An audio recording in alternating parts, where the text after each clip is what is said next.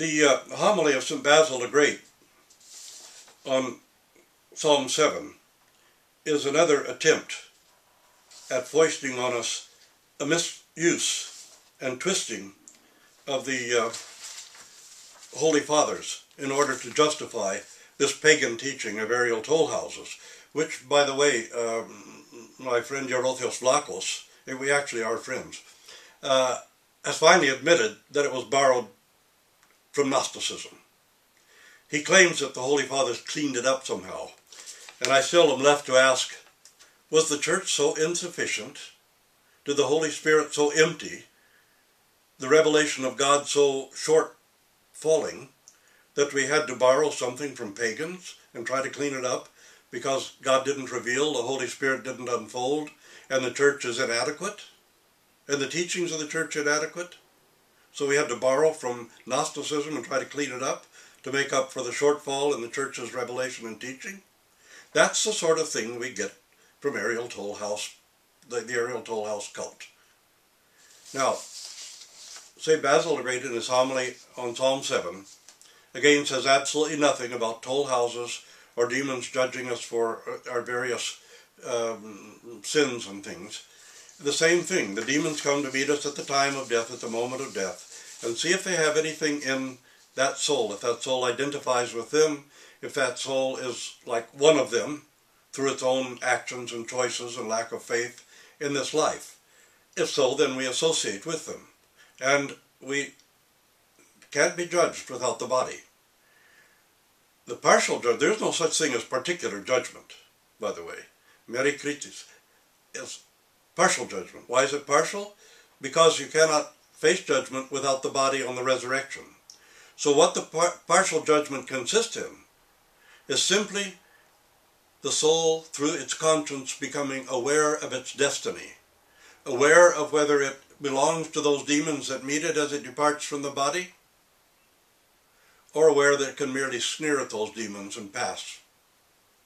No judgment, no condemnation, no dragging away into hell. It isn't there. In St. Basil the Great's homily on Gordius, St. Basil the Great says, the demons are now earthbound, of this earth, earthbound, wandering upon the earth.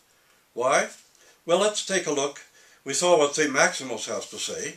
Now let's see what St. Athanasius the Great has to say. Now pay attention to this. Whence it is quite fitting that the Lord suffered this death, for thus being lifted up, he cleared the air of the malignity both of the devil and of demons of all kind. He cleared the air, both of the malignity of both the devil and the demons of all kind. And the toll housers now are going to tell us that the demons, contrary to St. Maximus the Confessor, have still more authority than God does in the air. That they can deprive Christ of his right to judge us. That they do the judgment. And Christ will not separate the sheep from the goats because the demons have already done that and taken the goats away. That they will already be judged and condemned. So, did Christ tell the truth? Or do those people who advocate the toll house doctrine tell the truth? Between Christ and the toll house cult. That's where this lies. Between the theology of the Church and the superstitions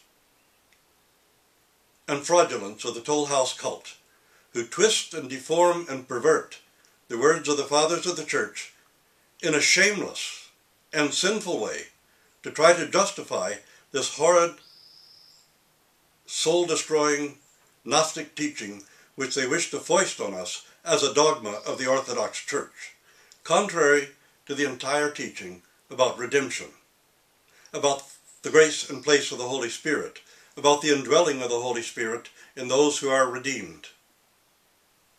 And they render God, Christ, and the Holy Spirit almost powerless in the face of the demons. That's what you're ascribing to when you ascribe to the toll house doctrine. St. John Chrysostom says this, a soul which departs from its body does not fall under the tyranny of the devil, does not fall under the tyranny of the devil. For if while a soul dwells in the body, the devil cannot bring violence upon it, it is obvious that when it departs, he likewise cannot. Choose between St. John Chrysostom and the toll house cult. Choose between St. Athanasius the Great and the Toll House cult.